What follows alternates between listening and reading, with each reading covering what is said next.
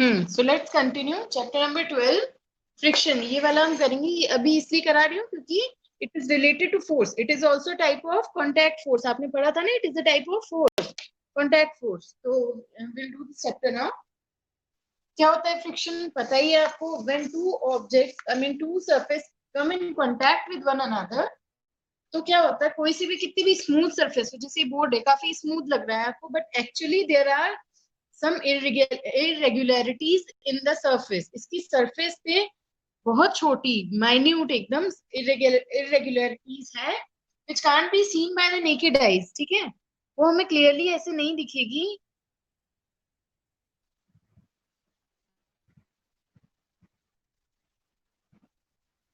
Just a minute class, अभी मैंने लिखा ही क्या है जो आपको दिखेगा?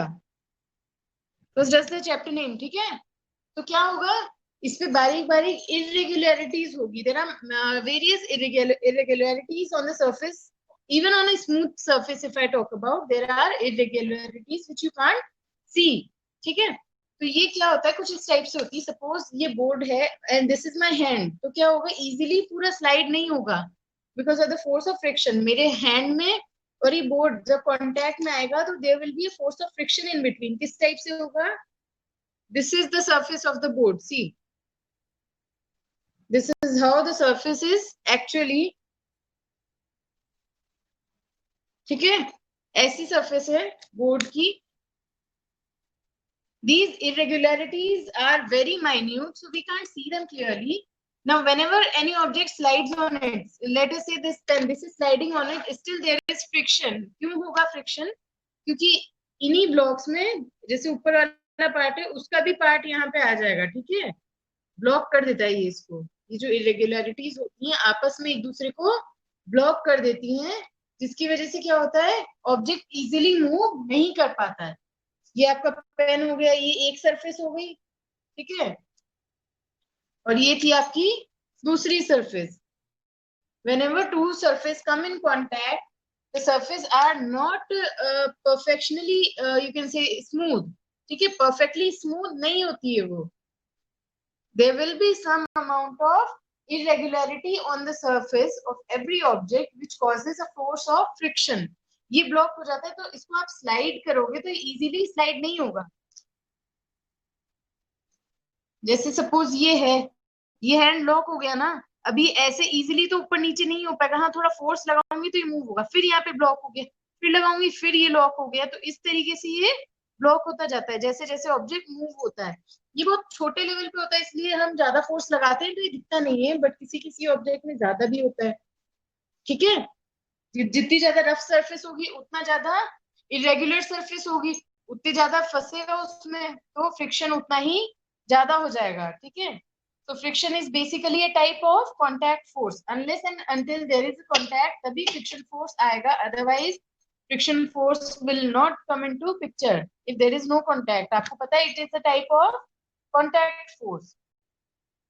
ठीक है, तो ये फोर्स वो है जो ऑब्जेक्ट के मोशन को अपोज कर रहा है। जैसे ये यहाँ जाना चाह रहा है तो इसको ये अपोज कर रहा है। मैं ऐसे हाथ स्लाइड कर रही हूँ तो फ्रिक्शन पीछे की डायरेक्शन में लग रहा है। ठीक है, क्यों, क्योंकि मेरे हाथ में सरफेस पे इरेगुलर है और ये बोर्ड की भी, though it is smooth but still there are irregularities on it, तो उसकी वजह से ये इजीली स्लाइड नहीं कर पाएगा, पीछे की साइड पे फोर्स लगेगा। ठीक है, कोई भी ऑब्जेक्ट है, ये हम पहले भी कर चुके हैं, एक बार और देखेंगे।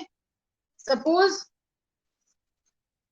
ये बॉक्स इस सरफेस पे स्लाइड कर रहा है इस डायरेक्शन में, then in which direction will the friction force be applied, in the direction of red arrow or in the direction of blue arrow, right R or B, which one?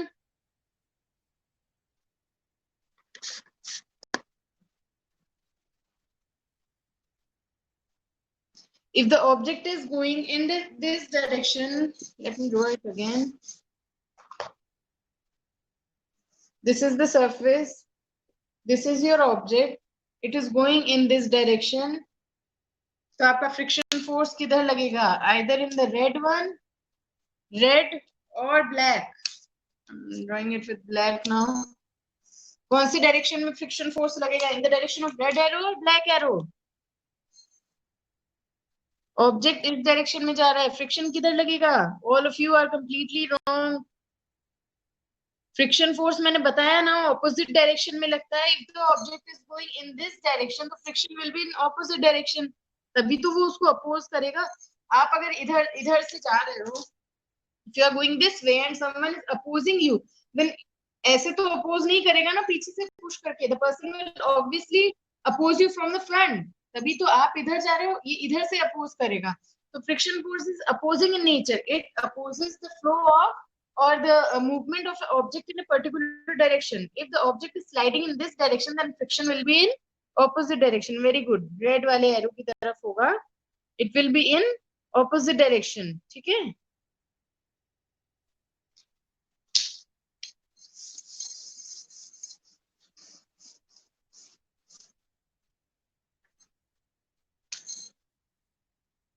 एक building है, यहाँ से एक building है, यहाँ से एक बच्चे ने बॉल गिराई नीचे, ball, it is falling freely in this direction, बीच में एयर है, सब जगह एयर है, ठीक है? Air friction will be in which direction? In the direction of blue arrow और in the direction of black arrow? Air friction I am talking about, sorry blue और ब्लैक तो दोनों बी हो गया, कोई बात नहीं।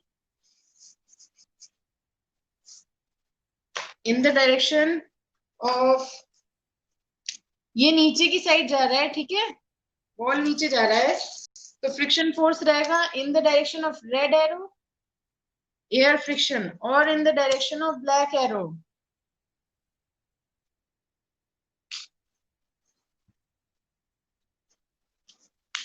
What will be the direction?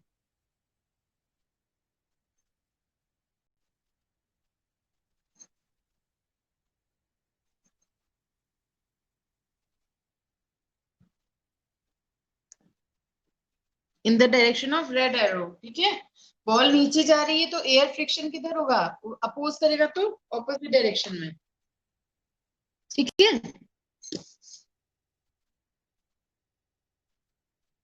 एक और एग्जांपल देखेंगे।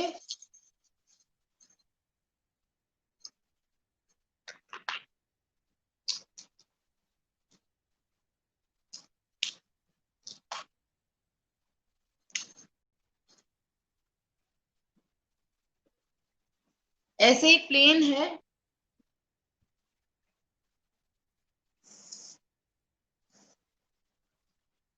This is a inclined plane, ठीक है? एक ऑब्जेक्ट इस पे स्लाइड कर रहा है इधर की साइड, इन दिस डायरेक्शन, ठीक है? तो फ्रिक्शन फोर्स किधर लगेगा? In the direction of red arrow और in the direction of green arrow.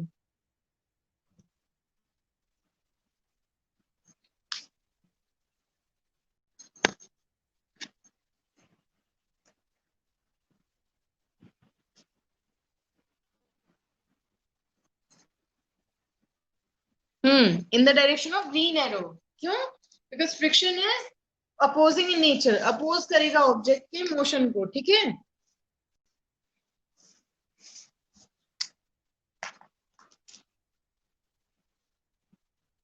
Then factors affecting friction, factors क्या अफेक्ट करते हैं? Basically all that affects is the surface of the object, surface कैसा है और object का वेट कितना है, ठीक है? वेट कितना है या कितना ज्यादा उस पे प्रेशर है, उस पे डिपेंड करेगा।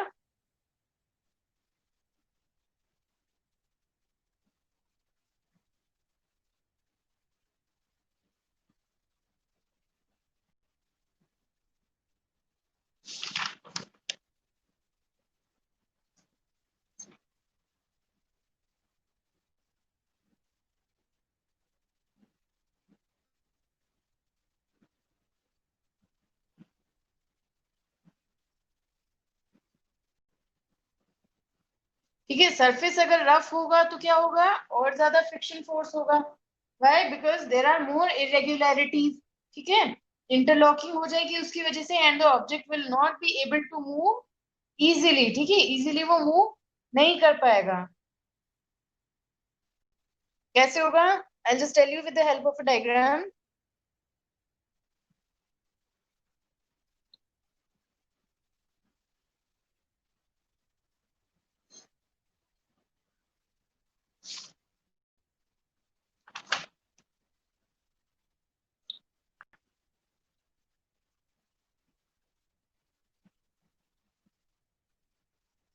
वीडियो इज फ्रीजिंग, कोई बात नहीं, अगर कुछ नहीं समझ आता है तो आप दोबारा पूछ लेना मुझसे, आई रिपीट इट अगेन, क्योंकि that's because of the network issues, वो तो रहेंगे थोड़े बहुत। कुछ नहीं समझ आता है, ask me again, I repeat, it doesn't matter.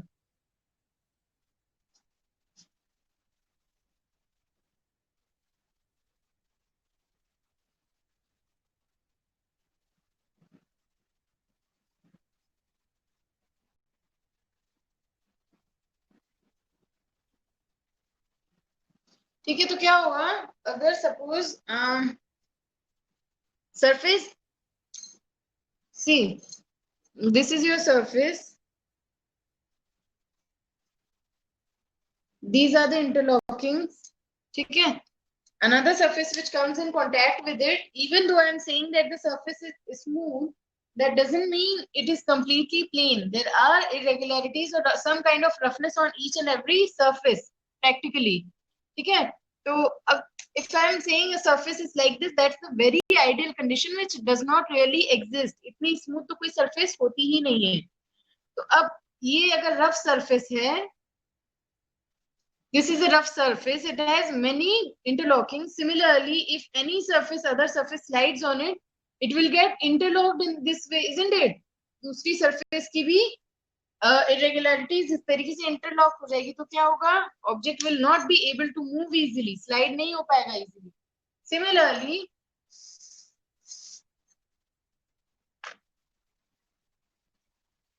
कोई ऑब्जेक्ट थोड़ा स्मूथ है, मतलब comparatively there are less irregularities in that object, कुछ इस तरीके से है, still we can say yeah, this object is smooth because there are less irregularities on the surface, but still if any surface comes in contact having some these interlockings, then also there will be some friction, but comparatively पहले वाला जो case था उससे तो कम है यहाँ पे friction force. क्यों?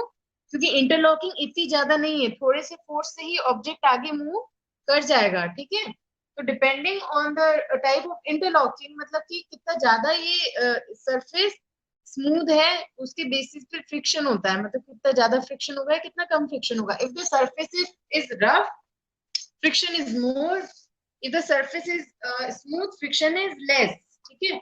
आपने देखा होगा आपके पेन पे, कई पेन आते हैं कुछ इस तरीके से आते हैं, उस पर रबर कोटिंग हो रही होती है यहाँ पे, जहाँ पे आप पकड़ते हैं पेन को इधर आगे, यहाँ पे ये कुछ रबर की इस तरीके से बना रहता है ना? ऐसा पेन होता है आपका, आगे रबर का होता है। ऐसा क्यों होता है? क्योंकि दिस सरफेस इज स्मूथ, इसमें से हाथ स्लाइड हो जाएगा इस तरीके से। लेकिन अगर ये रबर का लगा रहेगा तो ये क्या करेगा? फ्रिक्शन को इंक्रीज कर देगा। देखो इरेगुलर सरफेस है तो फ्रिक्शन को ये इंक्रीज कर, हाथ स्लाइड ना हो पेन पे से इस तरीके से आगे स्लाइड ना हो जाए। दूसरा एग्जाम्पल आपने देखा होगा, जैसे ये अगर आपको दिख रहा हो, मेरा डस्टर ही आपको दिखाती हूँ, देखो ये डस्टर है, यहाँ पे देखो साइड में इस तरीके से स्लॉट्स दिख रहे होंगे आपको, कैन यू सी? यहाँ पे ये देखो, ऐसे ही दूसरी साइड भी है, यहाँ पे देखो ये स्लॉट्स है। ये किस लिए है? क्योंकि ये प्लास्टिक बॉडी है, तो क्या होगा, ये इस पे अगर मेरे हाथ पे हल्की सी भी स्वेटिंग भी हो रही होगी तो ये क्या करेगा? स्लाइड करने लग जाएगा, इस पे इजीली स्लाइड करने लग जाएगा। लेकिन यहाँ से क्या है, ग्रिपिंग अच्छी बन जाएगी, इसलिए तो रफ सरफेस कर दिया ताकि फ्रिक्शन बढ़ जाए। तो all can I say about the surface is, when I relate surface to friction, a rough surface has more friction. Rough surface means more friction. Rough surface means more friction, and smooth surface means less friction. क्यों होगा ऐसा, मैं आपको बता चुकी हूँ। If a surface is smooth there are less irregularities, less interlocking. ठीक है, इतना स्ट्रांगली इंटरलॉक नहीं कर पाएगा, ऐसे ऐसे धीरे धीरे स्लाइड हो जाएगा। लेकिन if the surface is rough तो इंटरलॉकिंग ज्यादा स्ट्रांग होगी, तो इजिली ये मूव नहीं कर पाएगा। ठीक है, सो रफ सरफेस मोर friction, smooth surface less friction. दूसरी चीज देखना है यहाँ पे, फ्रिक्शन और किस पे डिपेंड करता है, प्रेशर उस पे कितना अप्लाइड है। सपोज ये सरफेस है, ठीक है, यहाँ पे एक ऑब्जेक्ट रखा हुआ है, लेकिन आप इसको मूव करना चाह रहे हो। Let us see, this is a surface, this is the surface and this is the object. I'm trying to slide this duster on the board. Okay, it is quite easy. What if I press it like this? इसको मैंने यहाँ press कर दिया, तब तो ये move करने में प्रॉब्लम आएगी, इतना इजीली ये मूव नहीं हो पाएगा। So friction also depends on the pressure being applied on the object. जितना ज्यादा इस पे प्रेशर होगा, फ्रिक्शन भी उतना ज्यादा हो जाएगा, उतना इजीली ये मूव नहीं कर पाएगा। यही ये प्रेशर मैंने हटा दिया, तो it can easily slide on the surface. So it depends on the surface material and the amount of pressure applied on the object. उस पे कितना pressure apply हो रखा है, उस पे भी depend करेगा। Is it clear? यहाँ तक सबको clear है?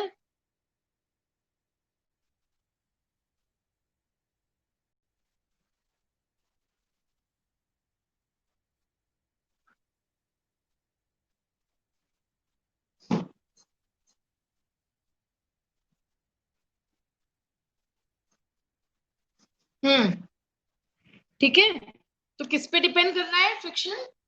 Friction depends on number of the type of surface, rough है या स्मूथ, टाइप ऑफ सरफेस।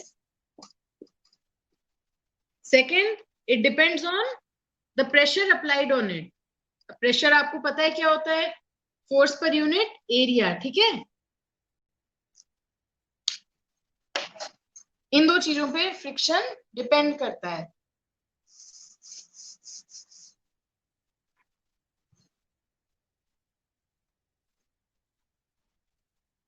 अब देखो, दो टाइप के फ्रिक्शन होते हैं। Friction is of two type, friction force is of two type.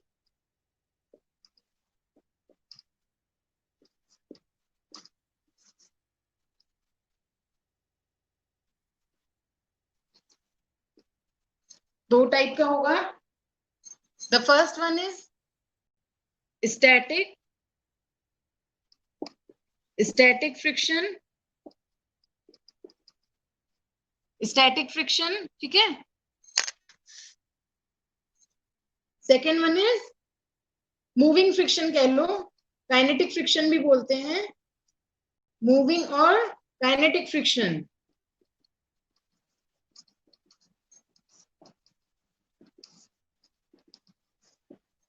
ठीक है, these are the two types of friction.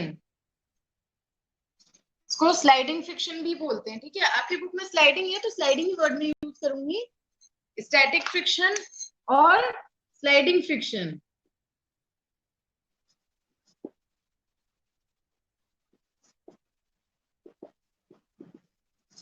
ठीक है, these are the two types of friction, static friction and sliding friction.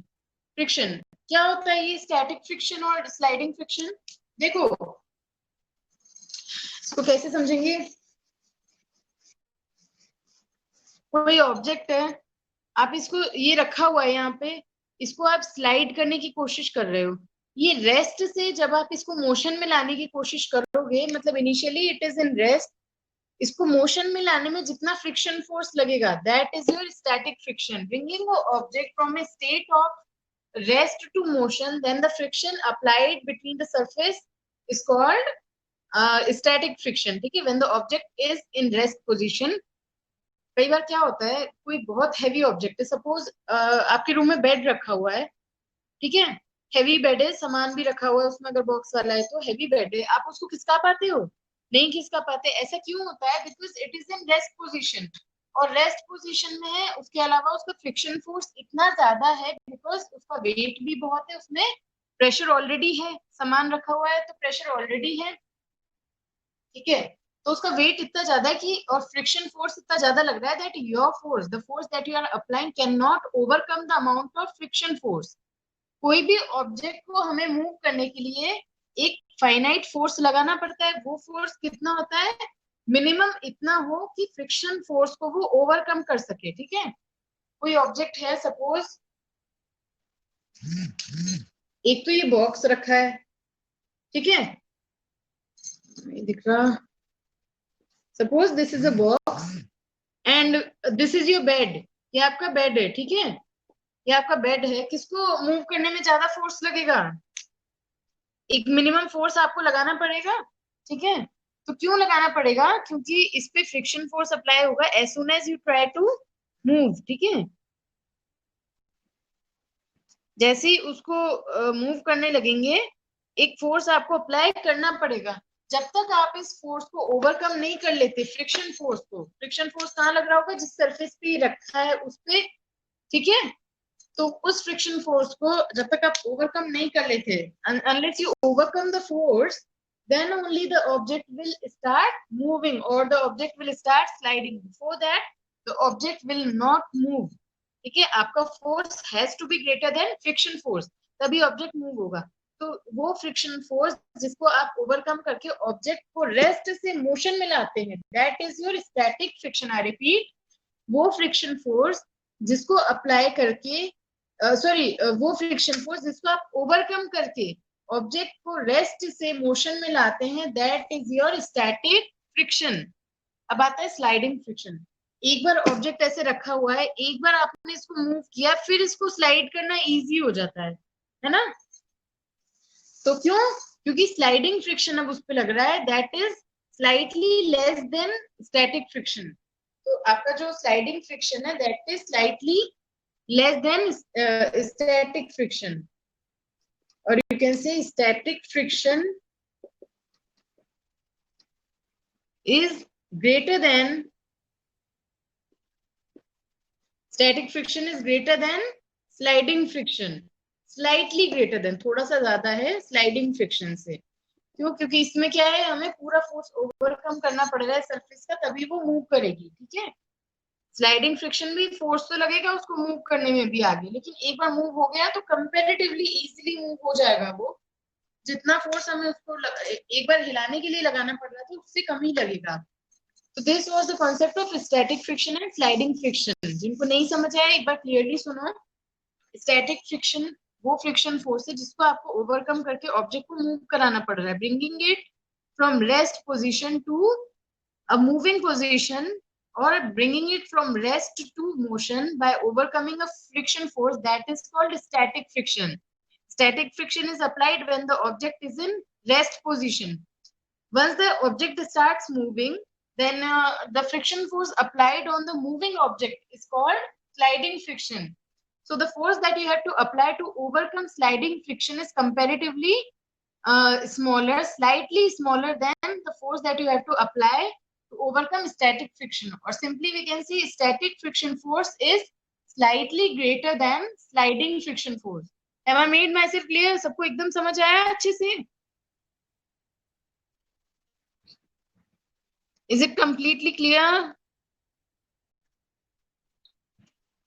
Page number मैं read नहीं कर रही थी actually, ये आपका ये टॉपिक दिया हुआ है पेज नंबर 149 पे, ठीक है। ये एक लड़का इसको पुश कर रहा है बॉक्स को आगे, उसके नीचे पैराग्राफ में दे रखा है ये पेज नंबर 149 पे, ठीक है।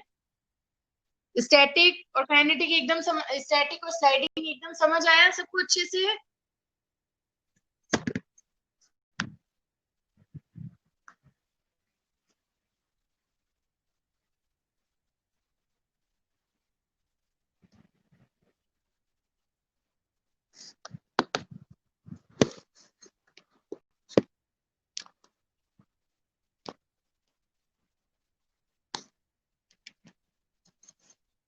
ठीक है, कोई एक और एग्जांपल देखेंगे।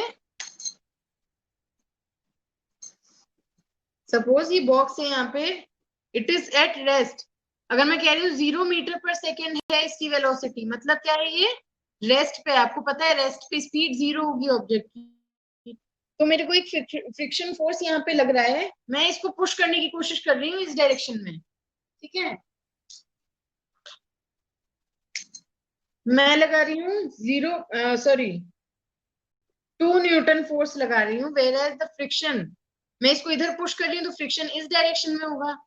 Friction force is 2.5 Newton, will the object move? अभी ये रेस्ट पे है, मतलब फ्रिक्शन फोर्स कौन सा है? स्टैटिक फ्रिक्शन, क्योंकि मैं इसको इधर मूव कर रही हूँ तो फ्रिक्शन इधर लगेगा। My force is 2 Newton, friction is 2.5, static friction is 2.5, will the object move, yes और no?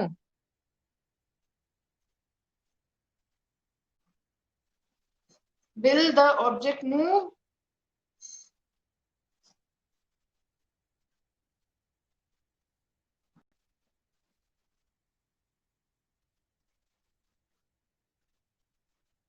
The object will not move. क्यों नहीं मूव करेगा? क्योंकि मेरा फोर्स जो है वो 2.5 से कम है ना। अगर ये फ्रिक्शन फोर्स है, ये फ्रिक्शन फोर्स है और ये वाला फोर्स है, इस हाथ से मैं अप्लाई कर रही हूँ और इधर ये फ्रिक्शन फोर्स है। अगर मैं ऑब्जेक्ट को कैसे बताऊं, ये है फ्रिक्शन फोर्स, ये है मेरा फोर्स, ये मैं पुश कर रही हूँ इसे, अगर ये फोर्स इतना ज्यादा है ही नहीं कि इसको ओवरकम कर सके तो मूव कैसे करेगा? देखो इतना फोर्स लगाना पड़ेगा कि इसके फोर्स को ये ओवरकम कर सके। तो 2 न्यूटन अगर 2.5 से छोटा है तो ऑब्जेक्ट मूव ही नहीं करेगा। क्यों? क्योंकि फ्रिक्शन फोर्स ज्यादा है। आपको फोर्स उतना अप्लाई करना पड़ेगा जितना कि फ्रिक्शन फोर्स से ज्यादा हो। The force that you are applying has to overcome this friction force, then only the object will move, otherwise it will not move. Is it clear so far? हाँ Rishabh, very good. Friction force क्या है? हमारे force से ज्यादा है तो object move नहीं करेगा। हमारा फोर्स थोड़ा सा ज्यादा होना चाहिए फ्रिक्शन फोर्स से, तब मूव करेगा। This is the surface, this is the object. I'm trying to push it with a force of 2 Newton, sorry, 2.5 Newton, and the friction force is in this direction, opposite direction में होगा।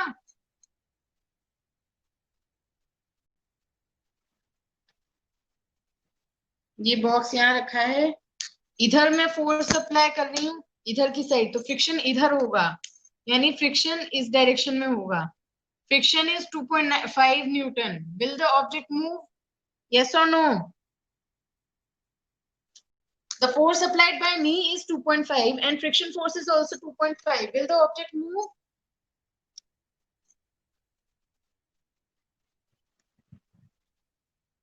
Yes or no? Comment fast, rest of the students. Confused? मैंने क्या कहा आपसे? आधे yes बोल रहे हैं, आधे नो बोल रहे हैं। क्या बोला मैंने? This force has to be greater than this. इससे भले ही थोड़ा सा 0.1 ही बड़ा हो, लेकिन बड़ा होना चाहिए तभी ये मूव करेगा। You have to overcome this. ठीक है? दो लोग भाग रहे हैं रेस में, एक यहाँ पे आया, दूसरा भी यहाँ पे आया, दोनों ने साथ में रिबन कट किया, तो क्या मैं इसको विनर बोल सकती हूँ? नहीं, दोनों बराबर है तो कोई भी विनर नहीं है, टाई हो गया ये तो। इसी तरीके से दोनों फोर्स इक्वल एंड ऑपोजिट है तो ये तो कैंसिल कर जाएंगे, जीरो आ जाएगा नेट फोर्स। आपको पता है डिफरेंस निकालते हैं हम ऑपोजिट डायरेक्शन के फोर्स में, तो जीरो है नेट फोर्स, तो कहाँ से ऑब्जेक्ट मूव करेगा? Is it clear? Friction force is equal to R force. So object will not move. R force has to be greater than friction force. The force applied by us should be greater than the friction force, should overcome the friction force. Then only it will move.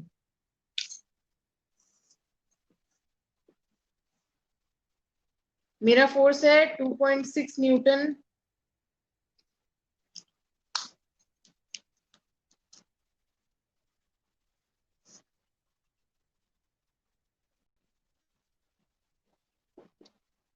Now what do you think? Will the object move? Yes or no?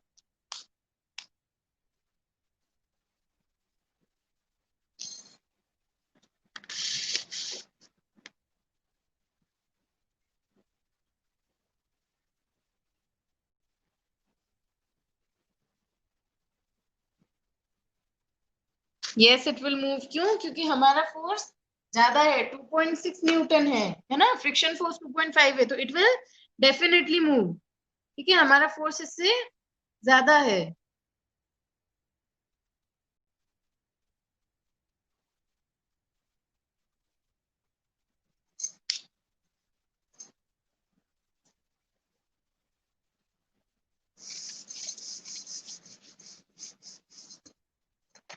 चलो एक थोड़ा सा rough surface है, rough surface,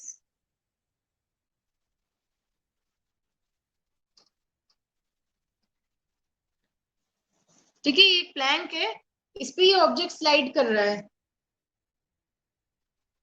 मैंने इसको push किया हुआ है, I am pushing it with the force of 9 point, let's say 5.1 Newton, ठीक है, and the friction force, obviously friction force will be in this direction, our object is sliding in this direction, the friction will be opposite, friction force is of 5.2 newton, will the object slide, object slide करेगा इस पे, yes or no?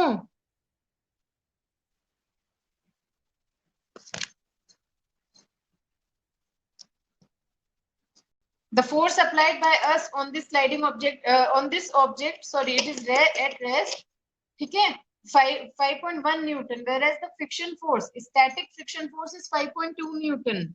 Will the object move? What do you think?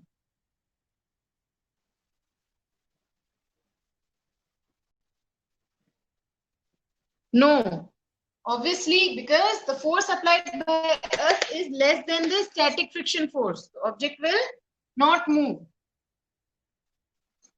चलो एक ideal condition की बात करती हूँ, एकदम आइडियल, इतनी आइडियल एग्जिस्ट नहीं करती है, बट स्टिल फिजिक्स के फिनोमेना में हम हमेशा आइडियल और प्रैक्टिकल चीजों को कंपेयर करते हैं, ठीक है।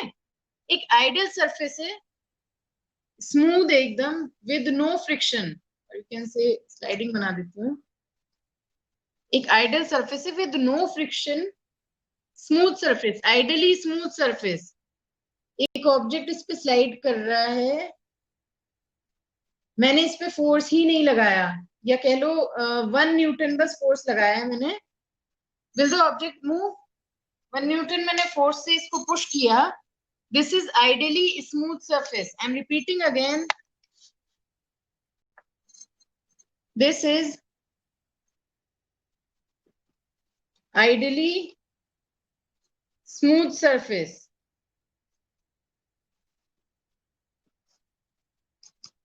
एकदम स्मूथ जैसी होनी चाहिए वैसी है, स्मूथ सरफेस एकदम, विल द ऑब्जेक्ट मूव? हाँ ऋषभ, एक बार में समझ आ जाएगा,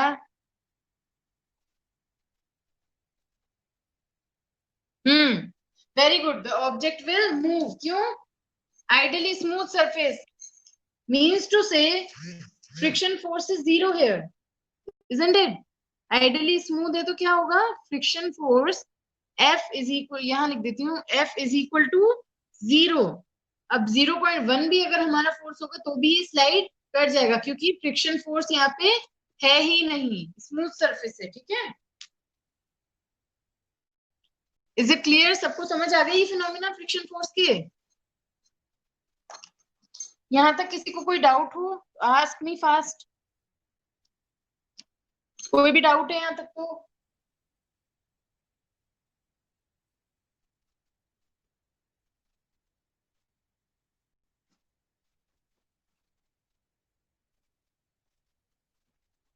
ठीक है, इसके आगे हम कल कंटिन्यू करेंगे, आप लोग चैप्टर रीड करना अच्छे से, रीड चैप्टर 12, ठीक है।